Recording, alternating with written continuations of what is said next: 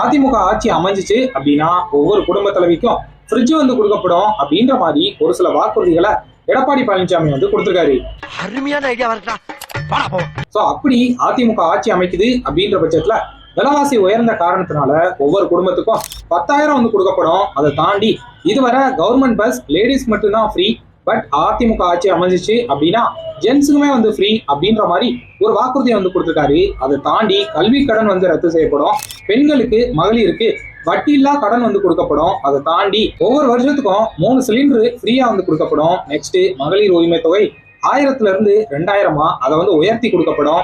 இதுக்கப்புறம் 5 லட்சம் பேருக்கு 2 வீலர் வாங்குறதுக்கு 25,000 மானியம் வந்து கொடுக்கப்படும். வீடே இல்லாதவங்களுக்கு அம்மா வீட்டு திட்டம் மூலியமா வீடு கட்டி தரப்படும். அதை தாண்டி அம்மா உணவகத்தை திரும்பவும் வந்து திறக்கப்படும். அது தூய்மையா வந்து இயங்கும். அதை தாண்டி ஜல்லிக்கட்டுல அசம்பாவிதமா யாராவது உயிரிழக்கிறாங்க அப்படின்ற பட்சத்துல அந்த குடும்பத்துக்கு 10 லட்சம் கொடுக்கப்படும் அப்படின்ற மாதிரி ஒரு சில வாக்குறுதிகளை எடப்பாடி பழனிசாமி அவர்கள் வந்து கொடுத்திருக்காரு. காத்திருந்த கழுகுக்கு வாத்துக்கறி கிடைச்சு போச்சு, பசியோட கிடந்த பாம்புக்கு பச்சை தவளை சிக்கிருச்சு. இப்படி எடப்பாடி பழனிசாமி அவர்கள் இந்த எலெக்ஷன்ல ஆட்சி அமைக்கிறது சாத்தியமா அப்படின்னு சொல்லிட்டோம். அதை தாண்டி ஆட்சி அமைக்கிறாரு அப்படின்ற பட்சத்துல இந்த வாக்குறுதிகளை நிறைவேற்றுறது சாத்தியமா அப்படின்னு சொல்லிட்டு மறக்காம கமெண்ட்ஸ்ல வந்து போடுங்க.